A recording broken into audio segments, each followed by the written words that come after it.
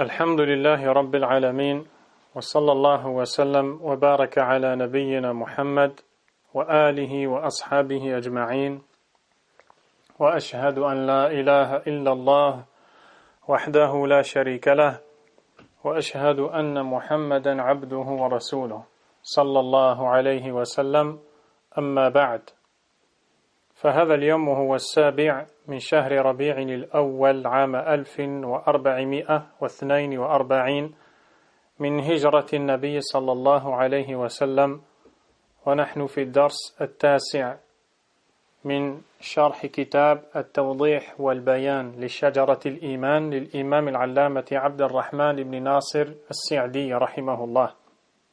Nous sommes le samedi 24 octobre 2020 réunis pour le 9e cours de l'étude du livre intitulé La clarification et l'éclaircissement de l'arbre de la foi de l'imam Abd al-Rahman as-Sa'di, qu'Allah subhanahu wa ta'ala lui fasse miséricorde. Nous nous sommes arrêtés après la dernière assise, toujours dans la deuxième partie de cet écrit, concernant les éléments qui font croître la foi. Nous avons pu voir quelques-uns de ces éléments, à savoir la connaissance des noms et attributs d'Allah subhanahu wa ta'ala. Nous avons vu que c'est l'essence même de l'augmentation de la foi. Et la méditation du Coran, où nous avons pu voir qu'Allah tabaraka wa ta'ala n'a pas révélé son livre pour autre chose que pour le méditer, afin qu'il soit compris, et donc qu'il soit mis en application. Après cela, l'auteur, l'imam Sa'di, rahimahullah ta'ala, passe à un autre point parmi les éléments qui font augmenter la foi. Et il nous dit, je cite,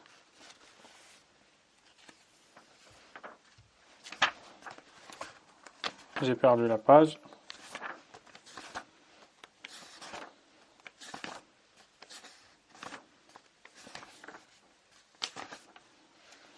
وكذلك معرفة أحاديث النبي صلى الله عليه وسلم وما تدعو إليه من علوم الإيمان وأعماله كلها من محصلات الإيمان ومقوياته فكلما ازداد العبد معرفة بكتاب الله وسنة رسوله ازداد إيمانه ويقينه وقد يصل في علمه وإيمانه إلى مرتبة اليقين فقد وصف الله الراسخين في العلم الذين حصل لهم العلم التام القوي الذي يدفع الشبهات والريب ويوجب اليقين التام ولهذا كانوا سادة المؤمنين الذين استشهد الله بهم واحتج بهم على غيرهم من المرتابين والجاحدين كما قال تعالى هو الذي أنزل عليك الكتاب منه آيات محكمات هن أم الكتاب وأخر متشابهات فأما الذين في قلوبهم زيغ فيتبعون ما تشابه منه ابتغاء الفتنة وابتغاء تأويله وما يعلم تأويله إلا الله والراسخون في العلم يقولون آمنا به كل من عند ربنا وما يذكر إلا أولو الألباب. Ce troisième point, parmi les éléments qui font croître la foi, c'est comme le dit l'auteur, rahimahullahu ta'ala, la connaissance des récits du prophète Muhammad alayhi salatu wassalam, la connaissance des ahadiths, et ce qu'ils contiennent comme science concernant la foi et sa mise en pratique. Tout cela, nous dit l'auteur, amène la foi et la renforce.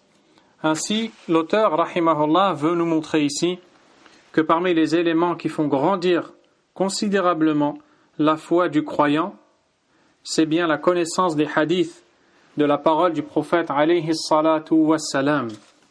Ceci car la sunna ou alors les hadiths du prophète alayhi salatu wassalam font partie de la révélation d'Allah subhanahu wa ta'ala.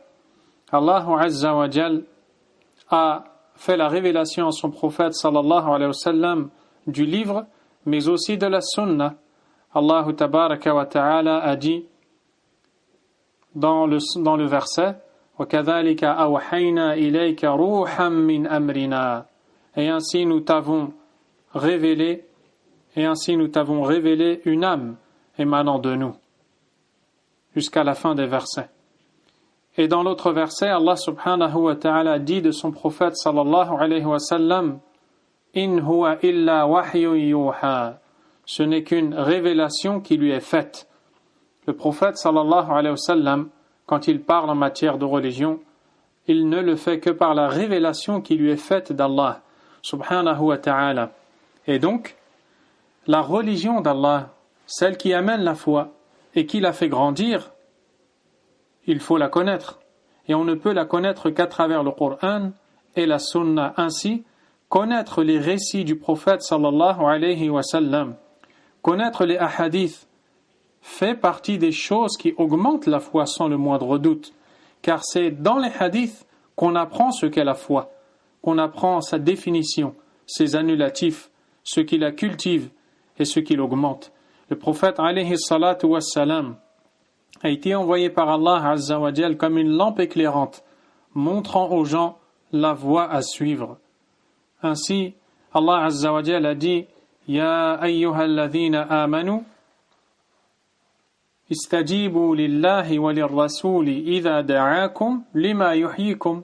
Ô vous qui avez eu la foi, répondez à l'appel d'Allah et de son messager quand il vous appelle à ce qui vous donne la vie.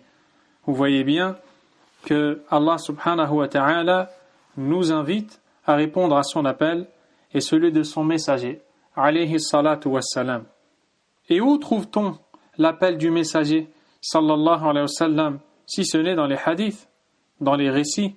Ainsi, apprendre les hadiths, les connaître, s'instruire en les comprenant, fait partie des choses qui augmentent, comme je l'ai dit, considérablement la foi. L'imam al-Sa'di, rahimahullahu ta'ala, nous dit, donc après avoir parlé du fait qu'il faut connaître les hadiths du prophète alayhi salatu wassalam, il nous dit, plus le serviteur connaîtra le livre d'Allah et la sunna de son prophète sallallahu alayhi wa sallam, plus sa foi et sa certitude augmenteront, et il pourra parvenir dans sa science et sa foi au degré de la certitude. Allah subhanahu wa ta'ala a décrit ceux qui sont enracinés dans la science, qui possèdent une science complète et forte qui leur permet de repousser les ambiguïtés et les doutes tout en les amenant à une certitude totale. C'est pour cette raison qu'ils étaient les maîtres des croyants qu'Allah a pris comme témoin et preuve contre ceux qui redoutent et renient. Dans le sens rapproché du verset, Allah subhanahu wa ta'ala a dit C'est lui qui t'a révélé le livre. Il s'y trouve des versets clairs, qui sont la base du livre, et d'autres versets qui peuvent prêter à diverses interprétations. Ceux qui ont dans le cœur un penchant vers l'égarement suivent les versets équivoques, cherchant les conflits et essayant de leur trouver une interprétation, alors que nul n'en connaît l'interprétation à part Allah.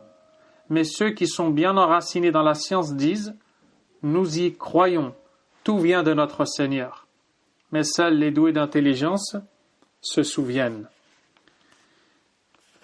Ici, l'imam Abdurrahman al-Sa'di, rahimahullah ta'ala, nous parle du fait que plus la connaissance du livre d'Allah Azza wa Jal et de la sunna de son prophète sallallahu alayhi wa sallam augmente, plus la foi de la personne et sa certitude augmente, à un point où l'individu qui connaît le livre d'Allah Azza wa Jal et la sunna du prophète sallallahu alayhi wa sallam atteint justement cette certitude.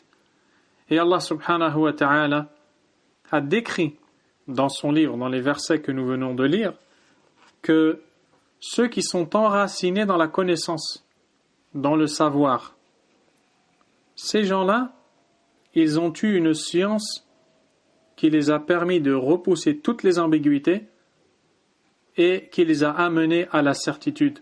Ils sont devenus les modèles des gens. Donc vous voyez bien que la connaissance du livre d'Allah, subhanahu wa ta'ala, certes, mais aussi de la sunna du prophète, alayhi salatu wa salam, en d'autres termes, des hadiths, des récits qui lui sont attribués de manière authentique, vous voyez bien que cela fait partie de ce qui augmente la foi, à tel point que la personne qui connaît les hadiths du prophète, alayhi salatu wa salam, se voit enracinée dans la foi, elle est inébranlable. Et cela fait partie des plus grands moyens pour augmenter la foi, sans le moindre doute. Ces gens-là, dont Allah a parlé ici, ils n'ont aucun doute dans leur croyance. Et dans le livre d'Allah, il y a des versets dont la clarté est telle qu'elle ne nécessite pas de s'approfondir dans la recherche des sens qui sont voulus. Par exemple, quand Allah subhanahu wa ta'ala nous dit « Wala tushriku bihi shay'an » et ne lui associez rien. Le verset ici est très clair. Quand Allah subhanahu wa ta'ala nous parle du fait que ceux qui lui obéissent accéderont au paradis, ceux qui lui désobéissent sont en danger et risquent l'enfer, ce sont des versets qui sont clairs pour tout le monde.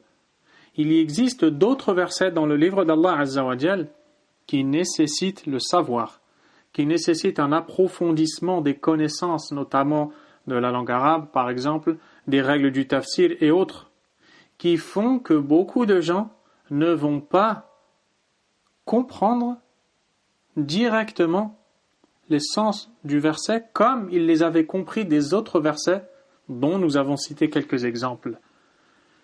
Eh bien, devant ce genre de verset, il existe deux types de personnes. Il y a ceux qui, lorsqu'ils voient des versets dont la clarté ne leur apparaît pas, ils les redirigent et les renvoient aux autres versets dont la clarté est apparente. Et cela dissipe toute ambiguïté. Il y a d'autres individus, d'autres personnes, notamment ceux qui adhèrent à des croyances égarées, qui, eux, lorsqu'ils voient des versets qui sont ambigus pour eux, dont la clarté n'apparaît pas à eux en raison de leur faible connaissance, eh bien, ils les prennent pour argument pour justifier leurs égarements, notamment dans le domaine de la croyance, des noms et des attributs d'Allah, subhanahu wa ta'ala. Mais vous devez savoir que la véritable conduite à avoir lorsque des versets ne laissent pas pour certaines personnes apparaître leur clarté, il faut les rediriger, les renvoyer aux versets qui sont clairs. Mais vous devez savoir quelque chose. Lorsque l'on parle du fait que le livre d'Allah subhanahu wa ta'ala est muhkam, c'est-à-dire qu'il a été fait parfaitement. Lorsque l'on décrit le livre d'Allah comme étant parfait, muhkam, eh bien les versets du livre d'Allah Azza wa Jal, sans le moindre doute, sont tous parfaits. Et cette perfection, hadha al-ihkam, cette perfection par laquelle on va décrire les versets du livre d'Allah subhanahu wa ta'ala, elle se divise en deux. Il y a al-ihkam al-am, la perfection générale, celle par laquelle est voulu al-itqan wa tamam wa salama min at-ta'arud wa at-tanaqud, la perfection telle qu'il est impossible de trouver dans le livre d'Allah Azza wa Jal une quelconque contradiction, ni un verset qui viendrait s'opposer à un autre. Et ça, c'est ce qu'on retrouve dans le verset où Allah Azza wa Jal a dit « Kitabun uhkimat ayato » un livre, aux versets qui ont été parfaits. Ça, c'est la perfection générale du livre d'Allah subhanahu wa ta'ala. Ensuite, il y a al-ihkam al-khas, c'est-à-dire la perfection particulière. En quoi est-ce que cela consiste? Al-wuduh wa dhuhur ad-dalala wa zawal al-ishtibah, c'est-à-dire la clarté telle qu'il ne peut pas exister d'ambiguïté. Donc, d'un point de vue général, tout le livre d'Allah subhanahu wa ta'ala est parfait sans le moindre doute. Mais il existe certains versets qui nécessitent un approfondissement des connaissances afin de comprendre l'essence, tout simplement. Eh bien, concernant ce genre de versets, Allah Azza wa Jal nous donne une éducation en nous disant la conduite à avoir dans le verset, justement dans les versets que nous avons lus. Dans le verset Naam, Allah subhanahu wa ta'ala dit dans le sens rapproché, c'est lui qui t'a révélé le livre. Il s'adresse au prophète sallallahu alayhi wa sallam. Parlant de son livre, il dit, il s'y trouve des versets clairs. Donc vous avez compris ce que cela veut dire, c'est-à-dire des versets dont les sens, dont la clarté des sens apparaissent, sans effort, qui sont la base du livre.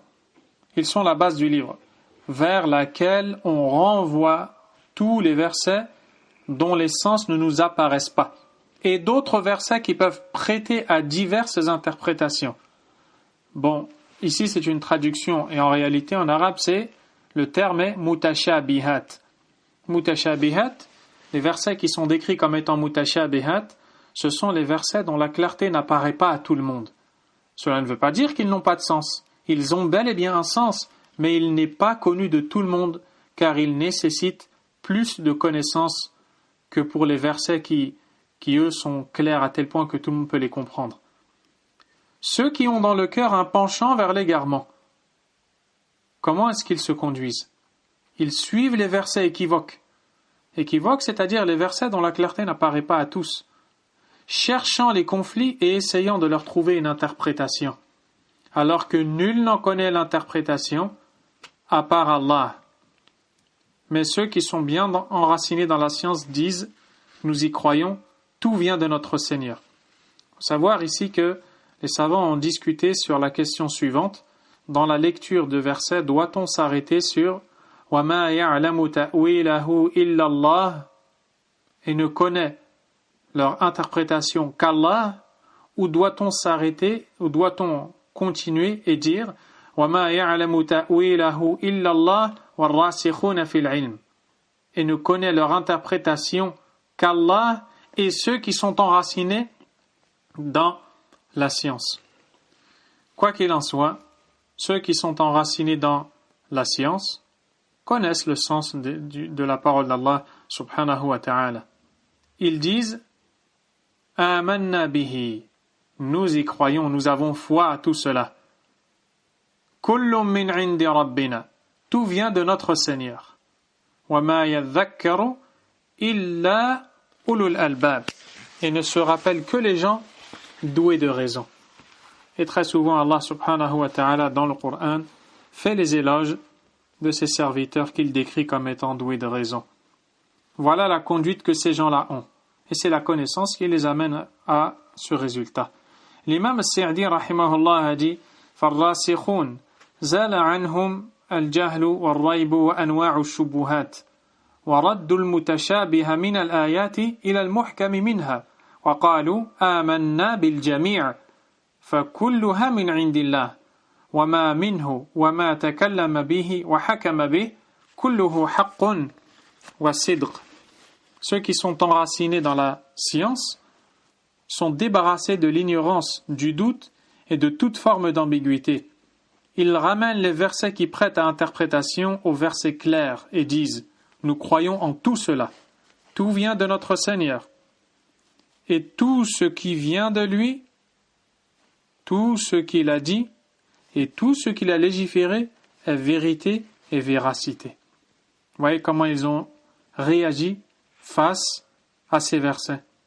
Ils les ont tout simplement renvoyés aux versets clairs où Allah subhanahu wa ta'ala détaille les choses qui nous feront comprendre les versets dont la clarté n'apparaît pas. Un exemple me vient à l'esprit. Les gens des passions argumentent en la faveur des passions qu'ils suivent et auxquelles ils adhèrent par ce genre de versets, ceux dont la clarté n'est pas apparente pour tous. Notamment, certains parmi ceux qui sont dans ibadatul qubur, l'adoration des tombes, disaient qu'il est permis de le faire parce que vous autres, vous dites que nous ne devons pas adorer les morts. Or, ces gens-là ne sont pas morts. Car Allah subhanahu wa ta'ala a dit وَلَا تَحْسَبَنَّ الَّذِينَ قُتِلُوا فِي سَبِيلِ اللَّهِ أَمْوَاتًا بَلْ أَحْيَاءٌ عِنْدَ رَبِّهِمْ يُرْزَقُونَ. Dans le sens du verset, ne pensez pas que ceux qui sont morts dans le sentier d'Allah sont morts. Ils sont bel et bien vivants auprès de leur Seigneur à recevoir leur subsistance. Et donc une personne qui pratiquait ces actions a voulu justifier son action par ce verset, dans lequel Allah subhanahu wa ta'ala nous dit « Ne pensez pas qu'ils sont morts, ils sont bel et bien vivants. » Regardez comment la personne lui a répondu. La personne lui a dit « Hal qala yarzuqun aw yurzaqun » Allah azza wa jal a-t-il dit dans ce verset de ces gens qu'ils reçoivent la subsistance ou qu'ils l'accordent à autrui? Et là, la personne ne pouvait rien dire d'autre que yurzaqun, ils reçoivent la subsistance. Alors, il lui a répondu, eh bien, s'ils reçoivent la subsistance, alors j'implore celui qui leur accorde, et je ne les implore pas eux, puisque eux sont des créatures qui reçoivent la subsistance. Il a voulu argumenter par un verset qui peut être équivoque pour certains, mais il a été redressé par la bonne compréhension, la compréhension saine. Et ça, c'est très important.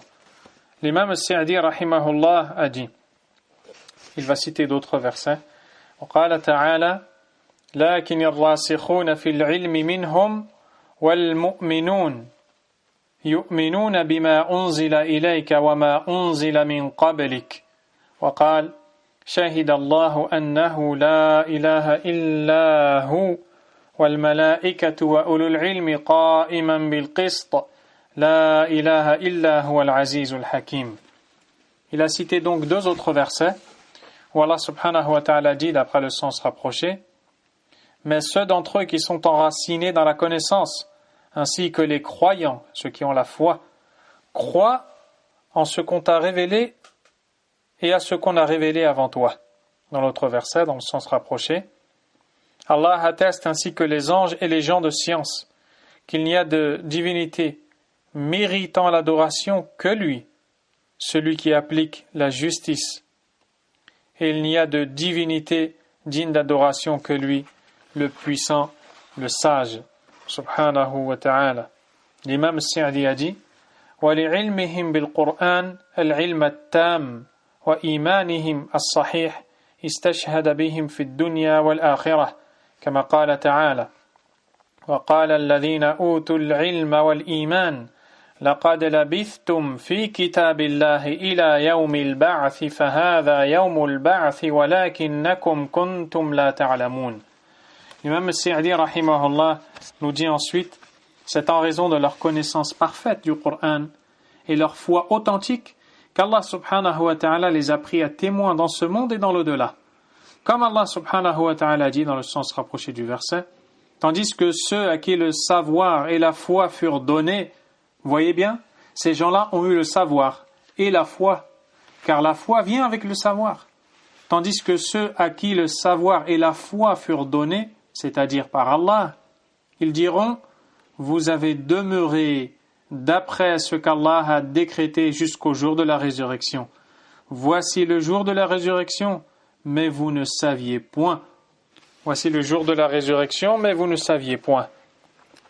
Ainsi, on voit l'importance de la compréhension du livre d'Allah subhanahu wa ta'ala et de la sunna de son prophète, alayhi salatu wassalam. L'imam Sa'di rahimahullah nous montre ici que ces gens qui ont eu la foi, Allah tabaraka wa ta'ala va les faire témoigner le jour dernier, de par leur connaissance et leur savoir. L'imam Sa'di a dit وأخبر تعالى في عدة آيات أن القرآن آيات للمؤمنين وآيات للموقنين لأنه يحصل لهم بتلاوته وتدبره من العلم واليقين والإيمان بحسب ما فتح الله عليهم منه فلا يزالون يزدادون علما وإيمانا ويقينا فالتدبر للقرآن من أعظم الطرق والوسائل الجالبة للإيمان والمقوية له قال تعالى كتاب أنزلناه إليك مبارك ليدبروا آياته وليتذكر أولو الألباب. Allah subhanahu wa ta'ala nous a informé dans de nombreux versets que le Coran est un signe pour les croyants et pour ceux qui ont la certitude, al-yaqin, car Allah leur accorde ce qu'il veut de certitude et de foi par la lecture et la méditation du Coran. Et ici, il y a une grande faïda, une très grande leçon à retenir. C'est que le Coran, quand il est lu, et qu'il est lu correctement avec méditation, eh bien, parmi les plus grands bienfaits qui en découlent, c'est le fait que la personne lisant ce Coran avec méditation puise de ce dernier la certitude. Sa certitude augmente, sa foi augmente. As-Sa'di a dit, ainsi ils ne cessent de faire augmenter leur science, leur foi et leur certitude. Et c'est pour cette raison que la méditation du Coran est parmi les meilleurs moyens d'amener et de renforcer la foi. Allah subhanahu wa ta'ala a dit « Voici un livre béni que nous t'avons révélé, afin qu'ils en méditent les versets et que les doués d'intelligence réfléchissent. » Donc vous avez vu qu'il a encore appuyé sur la méditation du Coran, qui était déjà le point cité juste avant celui de la connaissance de la sunna du prophète alayhi salatu wassalam. Pourquoi? Parce que les gens de la foi, les gens de science, sont ceux qui ont puisé leur science et leur foi du livre d'Allah subhanahu wa ta'ala et de la sunna du prophète alayhi salatu wassalam. L'imam al-Sa'di a ensuite dit فاستخراج بركة القرآن التي هي أهمها حصول الإيمان سبيله وطريقه تدبر آياته وتأملها كما ذكر أن تدبره يوقف الجاحد عن جحوده ويمنع المعتدي على الدين من اعتدائه قال تعالى أفلم يدبروا القول. Toujours dans ce contexte, il dit c'est par la méditation et la réflexion sur les versets du Coran qu'on peut en tirer les bénédictions, parmi lesquelles la foi. Al-Iman min barakat al-Qur'an. La foi fait partie des bénédictions du livre d'Allah. Et nombreuses sont-elles. Pour pouvoir l'épuiser, il faut lire le livre et le méditer, le comprendre, l'étudier. De même, dit l'imam Sa'di rahimahullah, c'est encore la méditation qui fait revenir à la vérité le négateur et le transgresseur. Pourquoi est-ce que les gens de Quraysh et leurs semblables, à toute époque d'ailleurs, n'adhèrent-ils pas à la foi? Parce qu'ils ne méditent pas le Coran. Ils refusent de l'écouter, ils refusent de le lire, ils refusent de le comprendre. Et par Allah, s'ils ouvraient leur cœur et lisaient ce livre, en essayant d'en comprendre l'essence, ils accepteraient le message qu'il porte. Parce qu'il est la parole d'Allah, le Créateur, subhanahu wa ta'ala. Et il y a beaucoup de récits dans la sunna du prophète, alayhi salatu wassalam, dans les hadiths, où on voit que des gens ont adhéré à l'islam à cause de choses qui se sont déroulées à l'époque du prophète, alayhi salatu wassalam. Par exemple, l'histoire de Dimad, radiyallahu anhu. Le récit est rapporté par l'imam Muslim d'après Abdullah ibn Abbas qui dit Anna Dimadan qadima Makkah wa kana min Azdi Shanu'a. Dimad est arrivé à la Mecque. Il venait de la tribu de Shanu'a, c'est une tribu du Yémen. Wa kana yarqi min hadhihi ar-rih. Et il était connu comme étant quelqu'un qui pratiquait la ruqya. Lorsque les gens étaient touchés par les djinns, il pratiquait la ruqya. فسمع السفهاء من أهل مكة يقولون إن محمدا مجنون. Il entendit les idiots, les faibles d'esprit de la Mecque dire Mohammed est majnoun. Mohammed est touché par la folie. Il a perdu la raison. D'ailleurs, ça, c'est ce que disent tous les gens qui sont les détracteurs de la vérité. Ils qualifient les porteurs de la vérité par des sobriquets ou des surnoms visant à faire fuir les gens de les écouter, justement. Et ils ne leur laissent pas la possibilité de s'expliquer. فقال لو أني رأيت هذا الرجل ضماد a dit si je voyais cet homme, c'est-à-dire le prophète alayhi الصلاة والسلام لعل الله يشفيه على يدي, peut-être Allah va le guérir par ma cause, c'est-à-dire je vais lui faire ruqya et il va sortir de sa folie. Qui? Le prophète Mohammed alayhi الصلاة والسلام. Allahu Akbar. قال فلقيه, Dimad a dit je l'ai alors rencontré. فقال يا محمد, et lui dit ô Mohammed, inni arqi min hadhihi ar-rih, je pratique la ruqya contre ce mal. Wa inna Allah yashfi ala yadi man sha', et certes Allah par ma cause guérit qui il veut. Fahal laka arqik, veux-tu que je pratique sur toi la ruqya? Faqala Rasulullah sallallahu alayhi wa sallam, écoutez bien, le prophète alayhi salatu wa sallam lui a dit innal hamdalillah nahmaduhu wa nasta'inuhu من يهده الله فلا مضل له ومن يضلل فلا هادي له وأشهد أن لا إله إلا الله وحده لا شريك له وأن محمدا عبده ورسوله أما بعد.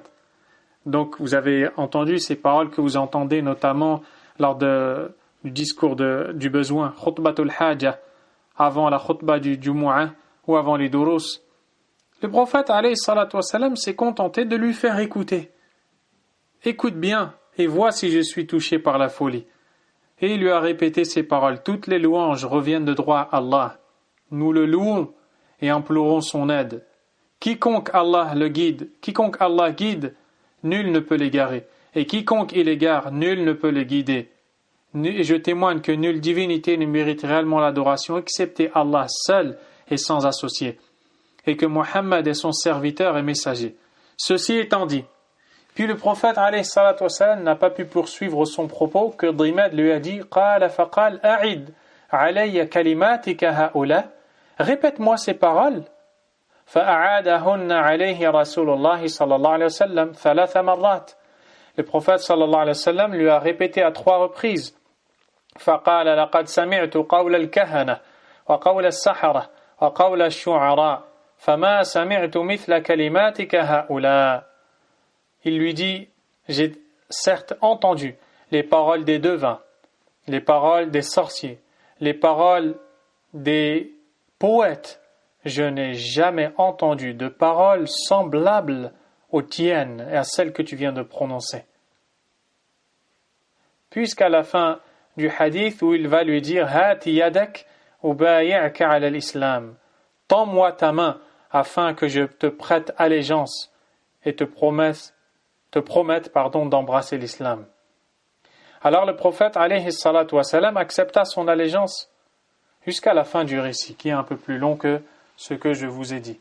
L'essentiel de ce récit, c'est que Dimad, qu'Allah l'agrée, n'a pas agi comme les gens de Quraysh. Il se contentait à lancer des sobriquets, des faux surnoms sur le prophète alayhi salatu wassalam dans le but de faire fuir les gens de son écoute. Et c'est justement en n'écoutant pas, et donc en ne méditant pas, en ne comprenant pas, que l'on va se faire une image qui est fausse. Comme l'exemple de l'image que se font beaucoup à notre époque de l'islam.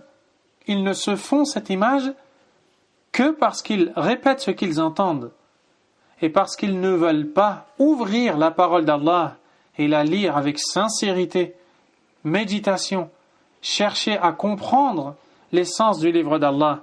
Ils verront alors que tout ce qui est dit de l'islam n'est que faux et ne tient sur rien, si ce n'est l'envie de repousser les gens d'adhérer à l'islam tout simplement.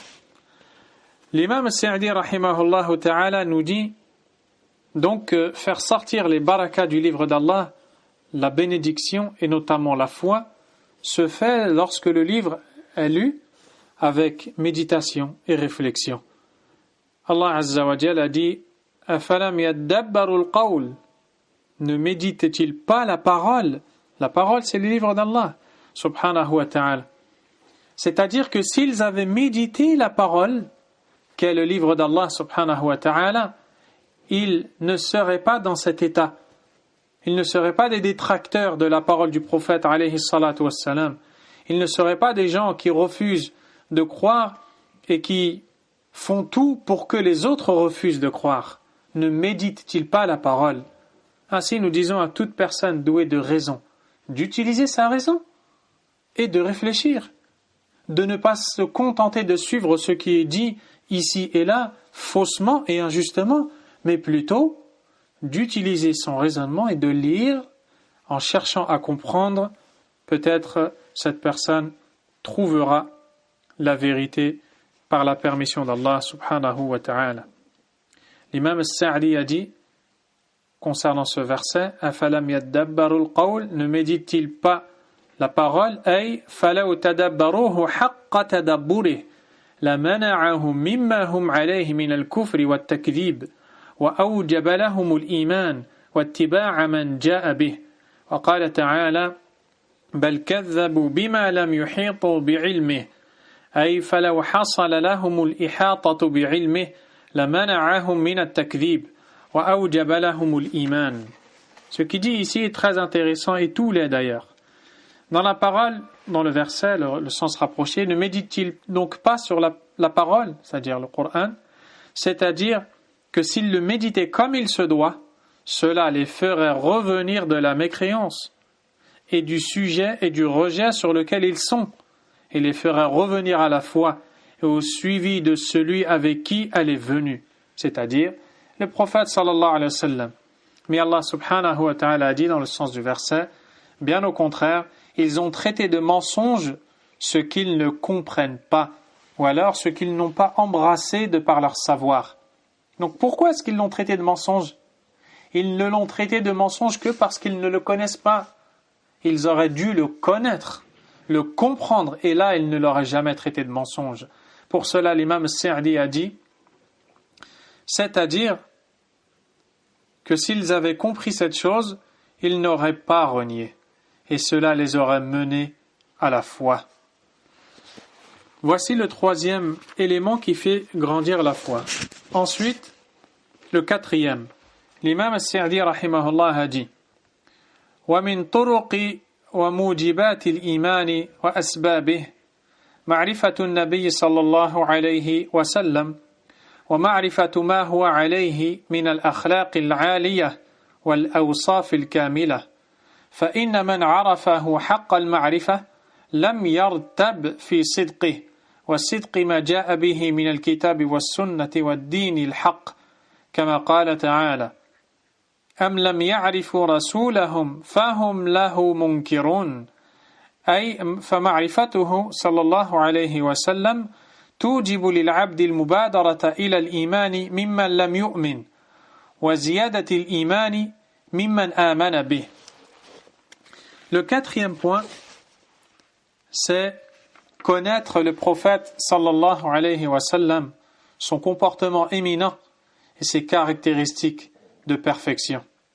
Celui qui le connaît comme il se doit ne doute pas de sa véracité et accepte tout ce avec quoi il est venu du livre, de la sunna et de la religion de vérité.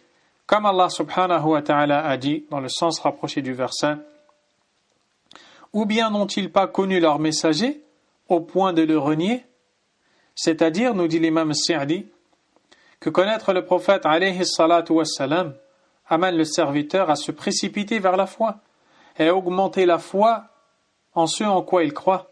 Allah subhanahu wa ta'ala nous montre dans ce verset que si justement ils avaient connu leur messager, s'ils avaient connu qui est Muhammad alayhi salatu wassalam, quelle en est la valeur, quelles en sont les moralités, quel comportement a-t-il enseigné à autrui, de quelle catégorie étaient ses interactions avec les autres, comment est-ce qu'il traitait les croyants et les non-croyants, les pieux, les moins pieux, les bons, les mauvais, si seulement ils avaient lu sa vie, eh bien, ils ne l'auraient pas renié.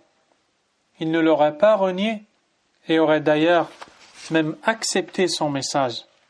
Ils l'auraient aimé, car ils auraient vu combien il était miséricordieux, alayhi salatu wassalam, et qu'il n'a pas été envoyé afin d'opprimer autrui, comme cela est faussement dit, notamment à cette époque que nous vivons. Le prophète Mohammed, alayhi salatu wassalam, quiconque le connaît, wallahi, l'aimera inévitablement.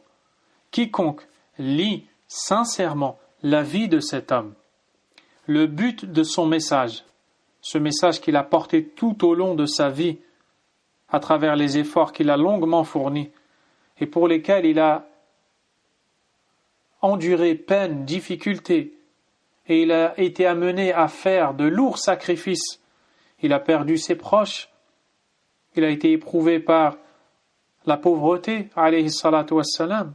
Il a dû quitter son village natal, la Mecque, pour rejoindre Al-Madina dans un voyage contraignant. Celui qui lit sa biographie ne pourra que l'aimer.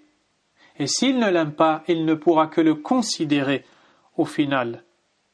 Et ainsi, l'imam As-Sa'di rahimahullah nous enseigne que parmi les éléments qui font augmenter la foi, connaître le prophète alayhi salatu wassalam, car il est le messager porteur et enseignant de cette foi. Et sa vie n'est qu'un exemple qui illustre parfaitement ce qu'est la foi et ce qu'est le développement et le renforcement de celle-ci. Pour cela, l'imam Sa'di continue et nous dit, Allah subhanahu wa ta'ala a dit, en encourageant à méditer sur le cas du prophète alayhi salatu wassalam, qui est un élément amenant la foi. Dans le verset, Allah subhanahu wa ta'ala dit, donc je reprends la parole en arabe, وقال تعالى حاثا لهم على تدبر أحوال الرسول الداعية للإيمان قل إنما أعظكم بواحدة أن تقوموا لله مثنى وفرادا ثم تتفكروا ما بصاحبكم من جنة إن هو إلا نذير لكم بين يدي عذاب شديد. L'imam Sa'di nous dit donc, dans le sens du verset, Allah Azza wa Jalla a dit, quand vous voyez dit dans le Coran, vous comprenez que c'est Allah Azza wa Jalla qui ordonne au prophète alayhi salatu wassalam de s'adresser aux gens qu'il appelle à Allah. Dit, je ne vous exhorte qu'à une seule chose.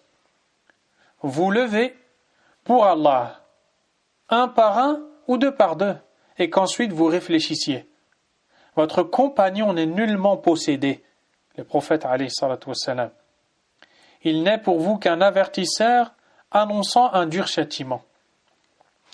C'est-à-dire qu'Allah subhanahu wa ta'ala, dans ce verset, invite les détracteurs à agir différemment de ce qu'ils ont l'habitude de faire, à savoir se moquer du prophète alayhi salatu wassalam, tourner son message à la dérision et se contenter des rumeurs véhiculées au lieu de s'asseoir et d'utiliser la raison saine et se dire je vais vraiment réfléchir. Allah Azza wa Jal nous dit dans le sens du verset, dit je ne vous exhorte qu'à une seule chose. Levez-vous, faites-le individuellement ou faites-le deux par deux et réfléchissez, méditez. Est-ce que vraiment il est possible de dire qu'une telle personne est atteinte de folie, de perte de la raison? Quiconque médite sur la vie du prophète alayhi salatu wassalam verra de manière flagrante qu'il est impossible de dire d'une telle personne qu'elle est atteinte de la folie ou qu'elle a perdu la raison. Car une personne ayant perdu la raison, ne peut absolument pas faire tout ce qu'a fait le prophète Mohammed alayhi salatu wassalam, ne peut pas avoir ces comportements, ne peut pas être comme était le prophète alayhi salatu wassalam, plein de patience, plein de connaissances,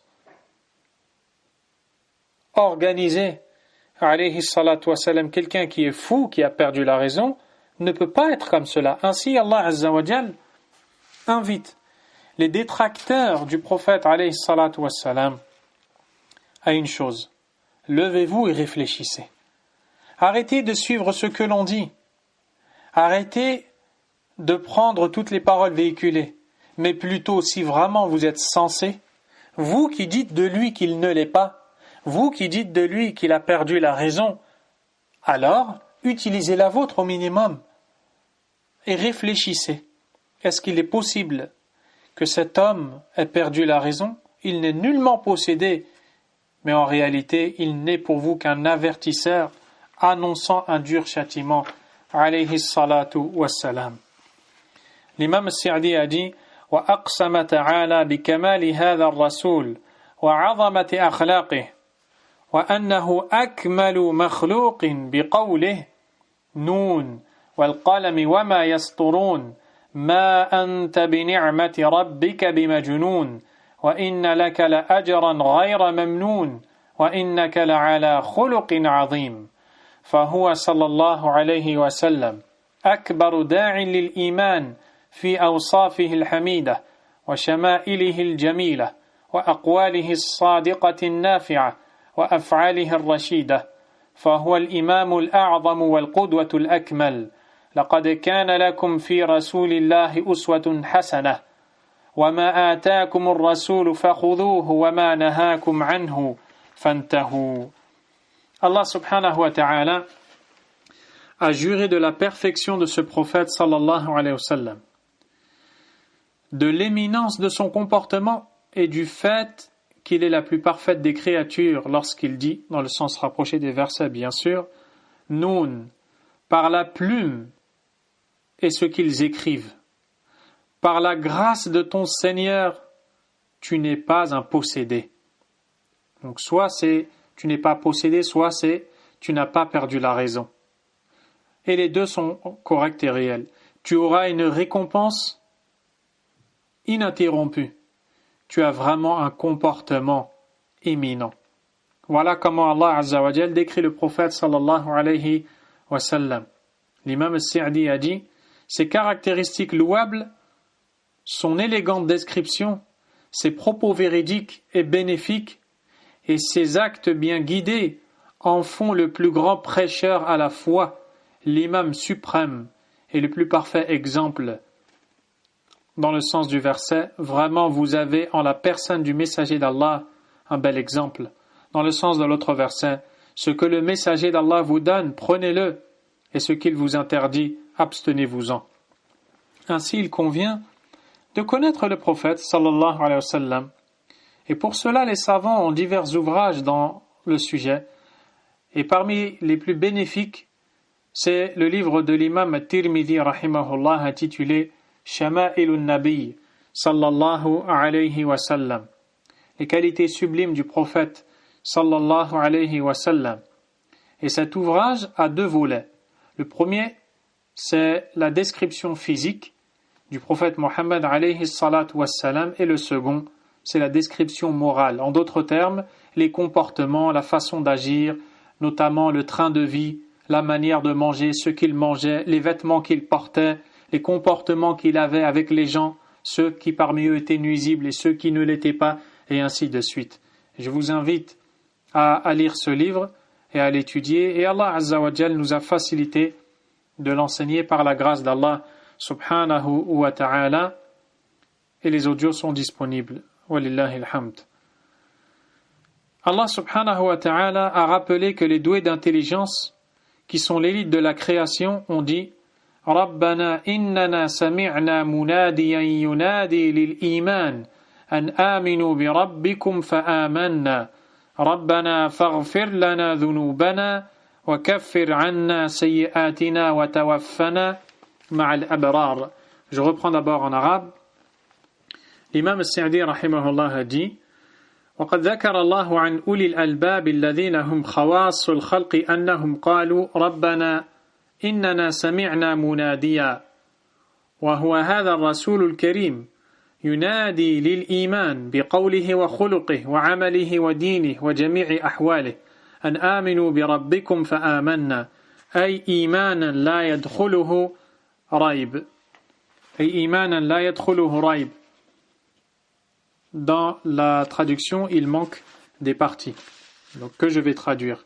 L'imam al-Sa'di a dit, Allah a évoqué, s'agissant des gens doués de raison, qui sont l'élite de sa création, qu'ils ont dit, ô notre Seigneur, nous avons entendu l'appeleur. L'appeleur est ici le messager, sallallahu alayhi wa sallam, appelant à la foi, c'est-à-dire par ses paroles, ses comportements, ses actions, sa religiosité et l'ensemble de ses situations. An aminu bi rabbikum fa amanna, nous disant, ayez foi en votre Seigneur, et nous avons donc eu foi. C'est-à-dire, nous avons eu une foi qui n'a laissé place à aucun doute. ولما كان هذا الإيمان من أعظم ما يقرب العبد إلى الله ومن أعظم الوسائل التي يحبها الله توسلوا بإيمانهم أن يكفر عنهم السيئات وينيلهم المطالب العاليات فقالوا ربنا إننا سمعنا مناديا ينادي للإيمان أن آمنوا بربكم فآمنا ربنا فاغفر لنا ذنوبنا وكفر عنا سيئاتنا وتوفنا مع الأبرار. L'imam al-Sa'di rahimahullah a dit, celui qui appelle à la foi à ce noble prophète sallallahu alayhi wa sallam par ses propos, son comportement, ses actes, sa religion et en toute situation, ainsi ils ont cru d'une foi ne laissant aucune place au doute. Puisque cette foi est parmi les plus importants moyens et les plus aimés d'Allah pour se rapprocher de lui, subhanahu wa ta'ala, ils ont cherché à travers cette foi à expier leurs péchés et à atteindre leurs plus grands objectifs, en disant, dans la traduction du verset, « Seigneur, nous avons entendu l'appel de celui qui a appelé à la foi, disant, ayez foi en votre Seigneur, et nous avons alors cru. Notre Seigneur, pardonne-nous nos péchés, efface nos méfaits et place-nous à notre mort avec les gens de bien. » Ici, on voit que ces gens se sont servis de la foi qu'ils ont eue au prophète sallallahu alayhi wa sallam, les ayant appelés à la foi pour solliciter Allah. Ils ont fait ce que l'on appelle at-tawassul. At-tawassul, c'est une manière d'invoquer Allah. C'est le fait de trouver un moyen pour formuler une sollicitation à Allah subhanahu wa ta'ala. Il existe différentes manières de le faire, elles sont au nombre de 3. La première, c'est le fait de solliciter Allah et donc de l'implorer par la mention de ses noms et attributs. Comme l'un d'entre nous qui dirait Allahumma arhamni ya rahim, urzuqni ya razzaq, ighfirli ya ghaffar. Oh Allah, je t'implore de me pardonner parce que tu es le pardonneur, de m'octroyer la subsistance car tu es celui qui l'octroie. Et ainsi de suite, en évoquant les noms d'Allah correspondant notamment à la demande formulée. Il y a le fait de solliciter Allah, de l'implorer subhanahu wa ta'ala, en utilisant comme moyen pour formuler la demande des bonnes actions que l'on aurait faites où on était sincère pour Allah, en disant « Oh Allah, si cette aumône que j'ai donnée a été donnée uniquement pour ton agrément, eh bien, je t'implore de me donner telle et telle chose. Les choses que tu demanderais à Allah. » Et enfin, il y a le fait de... Donc, nous avons dit la première, c'est les noms et attributs d'Allah subhanahu wa ta'ala. La seconde, ce sont les bonnes actions. Et la troisième, c'est le fait de solliciter Allah en demandant à quelqu'un, notamment, d'invoquer pour toi. Lorsque tu demandes à Allah pardon, lorsque tu demandes à quelqu'un d'invoquer pour toi, puis tu demandes à Allah Azza wa Jal d'exaucer l'invocation qu'il a faite pour toi. Eh bien, ces gens-là, les gens de la foi fait partie des bonnes actions, n'est-ce pas? Ils se sont servis de cette bonne action qui est leur foi en Allah pour au final solliciter Allah. Ils lui ont dit, oh Allah, dans le sens des versets, nous avons entendu celui qui nous a appelés à la foi et nous avons adhéré à cette foi. C'est donc une bonne action. Nous t'implorons donc en conséquence et te demandons de nous pardonner nos fautes, d'effacer nos péchés. Jusqu'à la fin des versets. L'imam al-Sa'di, rahimahullah ta'ala, continue. ولهذا كان الرجل المنصف الذي ليس له إرادة إلا اتباع الحق مجرد ما يراه ويسمع كلامه يتبادر إلى الإيمان به صلى الله عليه وسلم ولا يرتاب في رسالته بل كثير منه مجرد ما يرى من وجهه الكريم يعرف أنه ليس بوجه كذاب وقيل لبعضهم لما بادرت إلى الإيمان بمحمد قبل أن تعرف رسالته فقال ما أمر بشيء فقال العقل ليته نهى عنه ولا نهى عن شيء فقال العقل ليته أمر به. L'imam al-Sa'di rahimahullah nous dit c'est pourquoi l'homme équitable qui ne recherche que la vérité ne peut que s'empresser vers la foi en entendant ses propos sans douter de son message. Plus encore, nombreux sont ceux qui en voyant uniquement son noble visage ont vu que ce n'était pas là le visage d'un menteur. Il fait allusion à différents récits rapportés où notamment il y avait des gens qui étaient des ennemis, des détracteurs du prophète alayhi salatu wassalam, qui avaient une très mauvaise opinion de lui, une très mauvaise image de lui, mais qui après l'avoir rencontré ne serait-ce qu'une seule fois, se sont mis à l'aimer et pas seulement, ils se sont mis à le préférer à tout le monde. Certains ont dit « Ya Rasulallah, tu étais celui que je détestais le plus sur la surface de la terre. Tu es désormais celui que j'aime le plus sur la surface de la terre. » Qu'est-ce qui a provoqué ce changement? Eh bien, c'est la connaissance de cet homme, alayhi salatu wassalam. Aujourd'hui, on dit du prophète, sallallahu alayhi wa sallam, qu'il est un homme mauvais, qu'il a appelé à de mauvaises choses, et j'en passe. Tous les gens, sans exception, qui tiennent ces propos, ne le font que parce qu'ils ne le connaissent pas. S'ils le connaissaient réellement, et s'ils lisaient sa vie, son histoire, son récit, avec une lecture sincère, eh bien, ils verraient qu'il est un homme remarquable, alayhi salatu wassalam, loin de tous ces qualificatifs par lesquels il a injustement été décrit. Mais bon, c'est Allah qui guide qui il veut, et c'est lui qui égare qui il veut, subhanahu wa ta'ala. Plus encore, nombreux sont ceux qui, en voyant uniquement son noble visage, ont vu que ce n'était pas là le visage d'un menteur. On a demandé à l'un d'entre eux, « Pourquoi t'es-tu précipité de croire en Muhammad, sallallahu alayhi wa sallam, avant de connaître son message ?» Il dit, « Jamais il n'a ordonné une chose à laquelle la raison aurait répondu si seulement il l'avait interdite. Et jamais il n'a interdit une chose à laquelle aurait dit la raison si seulement il l'avait ordonné. » Il parle ici de quelqu'un qui a fait marcher sa raison, mais attention, la raison saine, et qui n'a pas eu de penchant vers l'égarement. Quelqu'un qui a eu une bonne réflexion basée sur un raisonnement sain, il a vu que chaque fois que le prophète alayhi salatu wassalam ordonne quelque chose, le raisonnement sain, et pas les tentations, les désirs, les passions, les envies, les coutumes, les habitudes, les souhaits et autres, mais plutôt le raisonnement sain, ne dit jamais « Mais pourquoi est-ce qu'il a ordonné telle chose ?» Et quand il interdit quelque chose, sallallahu alayhi wa sallam, le raisonnement sain ne dit jamais « Mais pourquoi est-ce qu'il a interdit telle autre chose ?» Et donc, la personne a fait marcher sa raison et a arrêté de suivre ce que l'on dit ici et là. Elle s'est aperçue au final qu'il est un homme remarquable, messager d'Allah alayhi salatu wassalam. L'imam al-Sa'di a dit وَلِهَذَا استدل ملك الروم هرقل لما فاستدل هذا العاقل الموفق بحسن شريعته وموافقتها للعقول الصحيحة على رسالته فبادر إلى الإيمان به.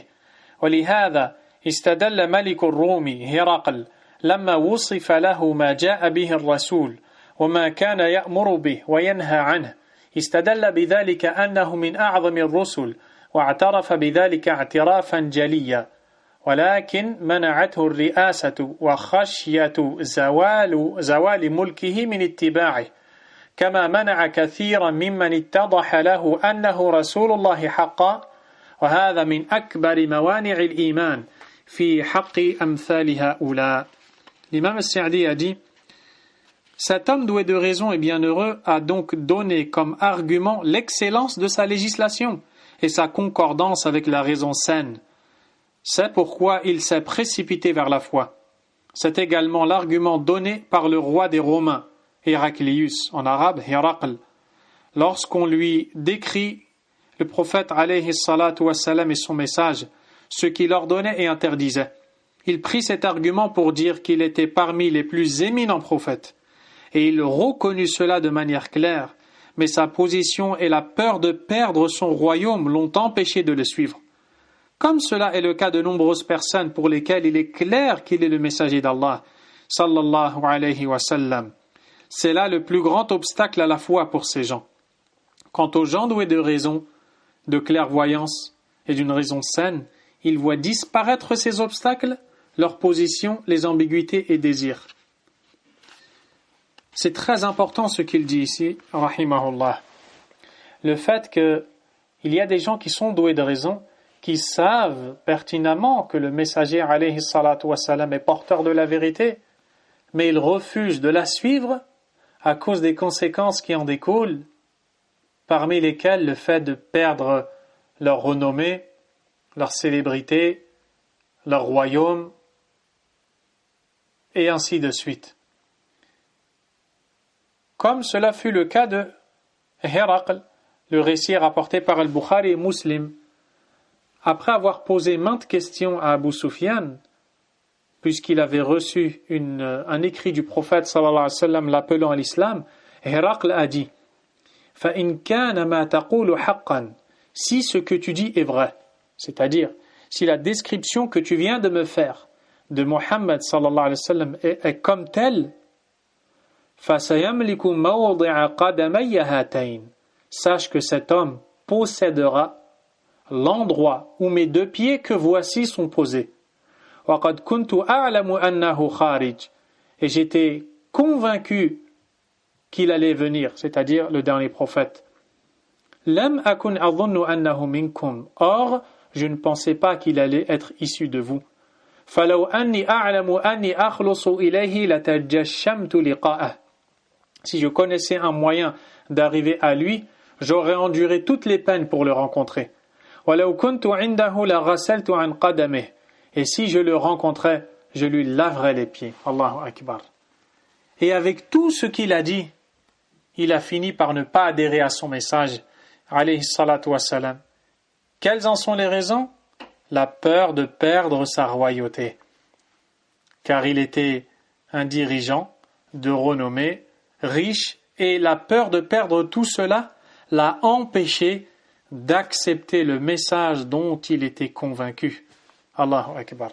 L'imam al-Sa'di a dit: وَأَمَّا أَهْلُ الْبَصَائِرِ وَالْعُقُولِ الصَّحِيحَةِ فإنهم يرون هذه الموانع والرئاسات والشبهات والشهوات تضمحل ولا يرون لها قيمة حتى يعارض بها الحق الصحيح النافع المثمر للسعادة عاجلا وآجلا.